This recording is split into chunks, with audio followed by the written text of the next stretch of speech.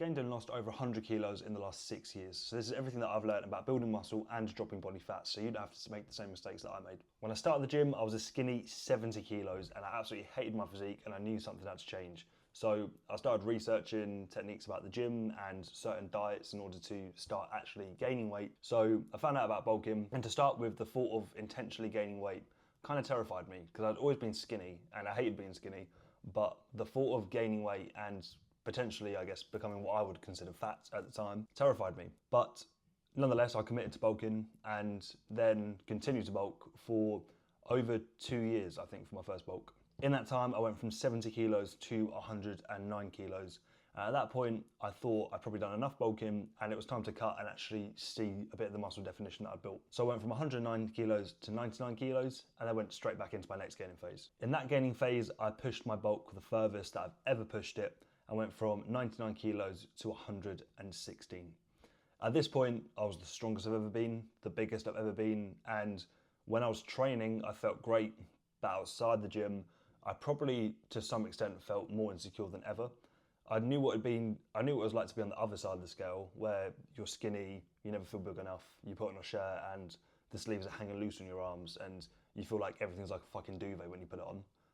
But I didn't have any experience of what it was like to be the other side.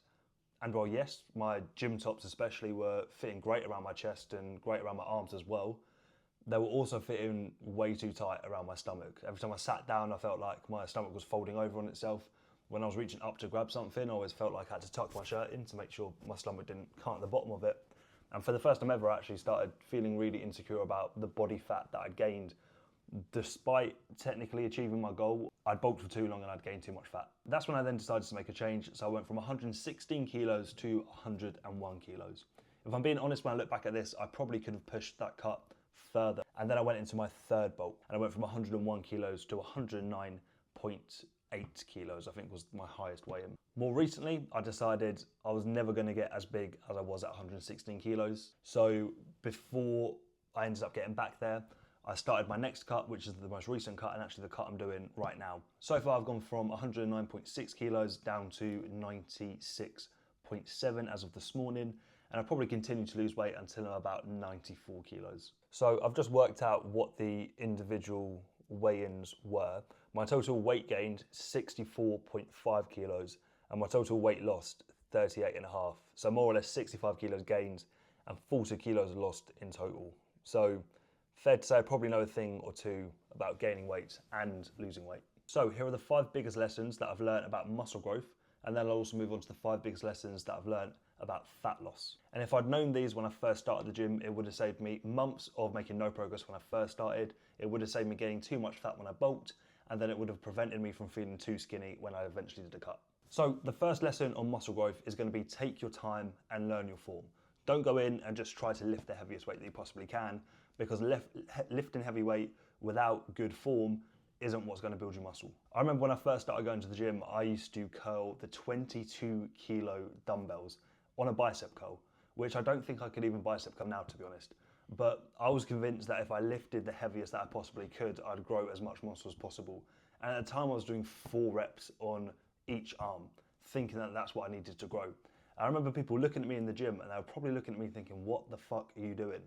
But I thought they were looking at me thinking, fucking hell, that guy's strong, not bad. And I was 16 at the time, so what I lifted meant a lot to me, right? But looking back on that now, I used to come home and then wonder why my arms weren't growing. And if I'd known this at the time, it would have saved me months of making no progress. So when you're going into the gym, starting a new program, or maybe it's one of your first times in the gym, you need to spend your time getting confident with the form and just learning how to properly connect with the muscle fibers. If you're doing a chest press, you need to make sure you actually feel it in your chest. Doing a shoulder press, you need to feel it in your shoulders. If you're doing a leg extension, you should feel it in your quads, and so on. Whatever the target muscle is, you need to make sure you're actually connecting with it before you then start chasing the weight. Of course, over time, you're looking to increase the reps and increase the weight, but that shouldn't be your number one priority. Your number one priority is learn the form, connect with the muscle fibers, and then you know as you increase in strength over time, as long as you're maintaining that form, you're going to benefit from it the most that you can. Number 2 is that intensity matters more than a rep range. Of course, this comes after you've learned the form and you're confident with it. The next thing you want to do is start pushing the intensity. What I got obsessed with when I started the gym is watching Jeff Nippard videos and Jeremy Ether videos and other similar content creators. And What they were sharing was true, but I was just getting the wrong concept from it. They were saying focus on rep ranges of 10 to 12, 12 to 15, whatever it may be. So I was getting so stuck in that rep range that it was preventing me from actually continuously progressing and lifting as heavy as I can. What you should be focusing on is, yes, keep to a consistent rep range, but remember that there's nothing magical about that rep range. The rep range itself isn't what's going to build you muscle, but keeping the rep range consistent allows you to actually track whether or not you're getting stronger. Because if you're doing 10 reps with 10 kilos, for example, and then over time you're now doing 15 reps with 10 kilos, you know you've gotten stronger. But there's only so many extra reps you can manage. So once you've increased in reps, you then look to increase the weight and go back down to the bottom of the rep range. This way you can actually tactically use the rep ranges over time to help progress. But the rep range itself isn't what's building the muscle. What is building the muscle is the intensity you're pushing to. So the rep range is where you should fail. It's never a case of do 10 or do 15. It's a case of fail somewhere in between 10 and 15. But once you can get 15 and you're not failing anymore, you need to increase the weight and start failing between 10 and 15 again, or 8 to 10, 6 to 8, whatever the rep range is. Number 3 is that more isn't always better. And this is a big one for me because this would have saved me hours. I remember one of my workouts lasted me 4.5 hours once, which is absolutely insane to think.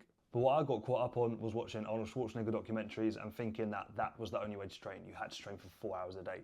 But what I didn't actually take into consideration is the fuck ton of science that has been done since then that shows that actually that's not the only way to train, and in fact is actually not the best way to train either. The reason that he was able to make so much progress whilst training for so many hours is because he was on a shit ton of gear.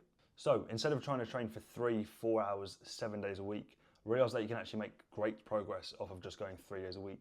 So if right now you're struggling to build consistency, just find 3 days within your week that you can consistently commit to the gym, build it into part of your routine, and if you want to, scale it up over time, but know that 3 days a week is plenty to make consistent progress. For example, my client Craig has recently built a ton of muscle, got fitter, and built loads of strength whilst dropping 25 kilos, and he only goes to the gym 3 days a week. Number 4 is progressive overload doesn't just mean adding weight. Pretty soon after getting into the gym, you're going to find out about a term called progressive overload, and everyone's going to tell you progressive overload is the only way to cause an adaptation and build muscle, which is true.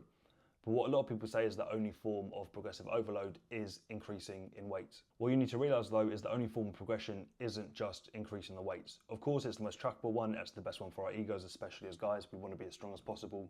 But actually an equally accurate measure of progress is just purely increasing the reps. If you're doing the same weight that used to do 10 reps off, but now you're doing 11 or 12 reps, that's still a form of progressive overload because you are progressively getting better within your workouts. As well as that, small things like an improvement in form is a form of progressive overload because it means you're actually going to be connecting with the muscle fibers better.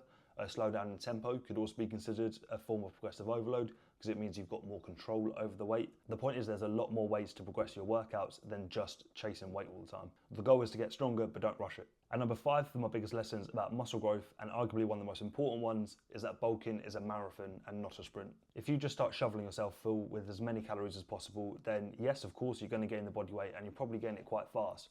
But just because you gain body weight doesn't mean you've built muscle. You need to work out your maintenance calories, which is something that you can do online for free, or you can drop me a message and I'll work it out for you. And then you need to add 200 to 300 calories on top of your maintenance. Say for example, your maintenance is 2,000 calories, you need to consume 2,300 calories. This is enough to put you in a small surplus where you will steadily start gaining weight but minimize fat gain. It will give you enough energy to really perform in the gym and continuously gain strength each session, which will help your body grow muscle quicker. But it's also not so many calories that your body's going to rapidly start packing on body fat. The goal shouldn't necessarily be weight gain, it should be improving your performance in the gym and building muscle. Whilst you're doing that, you are going to steadily be gaining some weight, but it doesn't really want to be anything more than 0.2 to 0.3 kilos per week.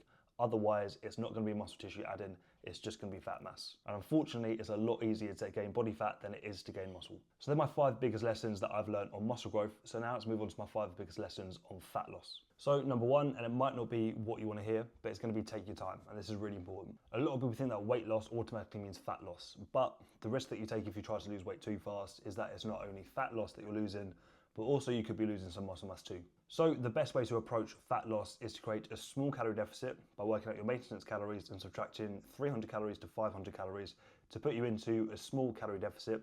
And this should be enough to drop about 1% of body weight per week. So for example, if you're 80 kilos, 1% of that is going to be 0.8 kilos. So you're looking to lose 0.8 kilos a week. And this is why the majority of my clients lose between half a kilo and a kilo per week, because most people weigh above 50 kilos.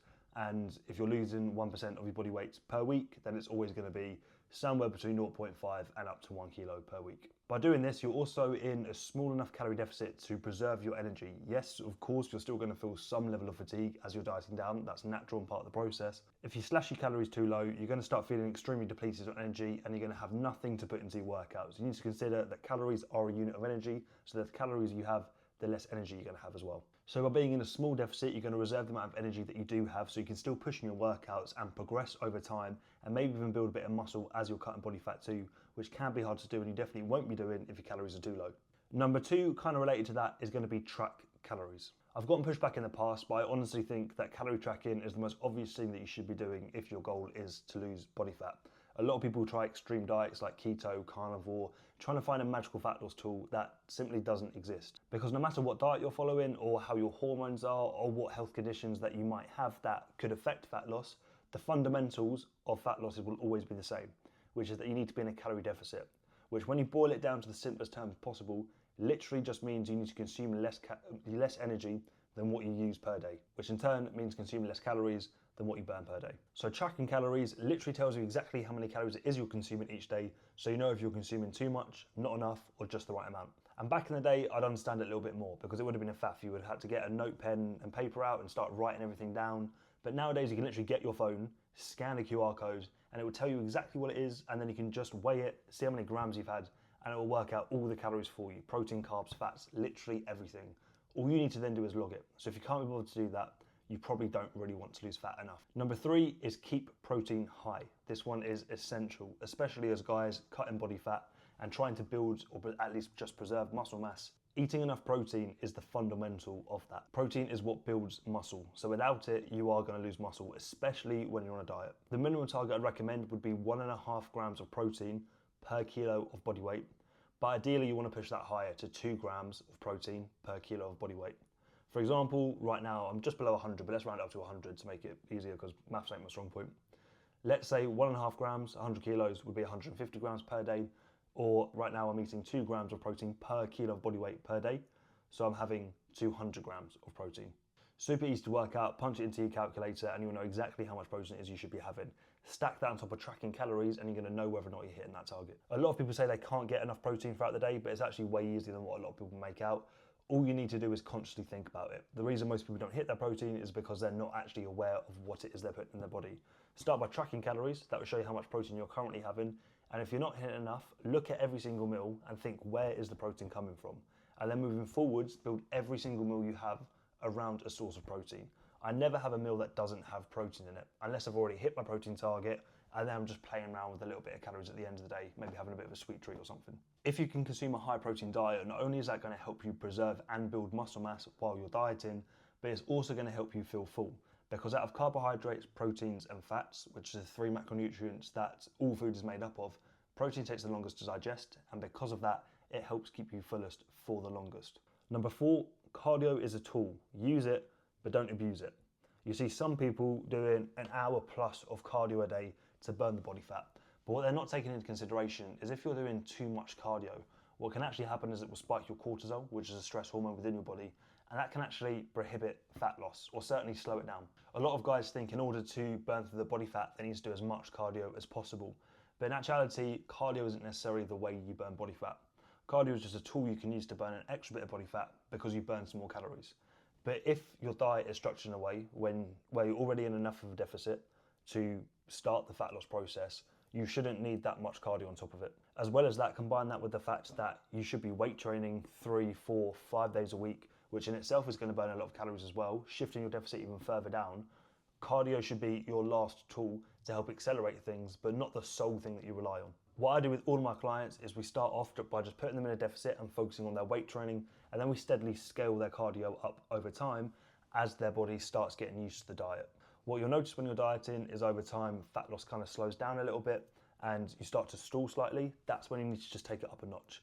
And by not doing too much cardio at the start, that gives you plenty of room to scale that up over time. What I always start with and what my clients tend to start with is 2 20-minute sessions a week. And then we have the option to scale that up when and if fat loss stalls without having to drastically slash calories. So you should do cardio, but use it tactically and don't just come running out the gates with loads of cardio. Use it, but don't abuse it. And number 5, something that most people don't talk about enough, but is sleep. Sleep is your body's primary state of recovery. It's when your body is releasing growth hormone, and it's when your body is properly digesting your food and making the most of the nutrients within your diet. If you're not sleeping properly, your body isn't getting a chance to properly rebuild and repair from your workouts. And when you're in a diet, you naturally don't have as much energy as what you normally would have.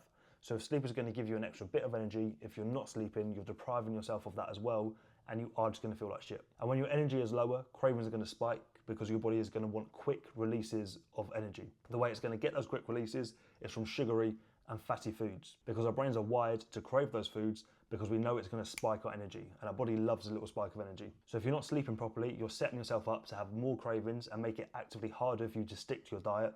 And as well as that, you're not going to make the most of the nutrients which are within your food, and you're also not going to recover properly from your workouts. So it's really important that when you are dieting, you focus on your sleep. This is something that I really had to focus on in my most recent cut, because I've got into a really bad habit of only getting about 6, maybe 6.5 hours of sleep at most. And when dieting, that simply wasn't enough. When I slashed my calories and went into a deficit, my fatigue massively picked up, and I really noticed it day to day.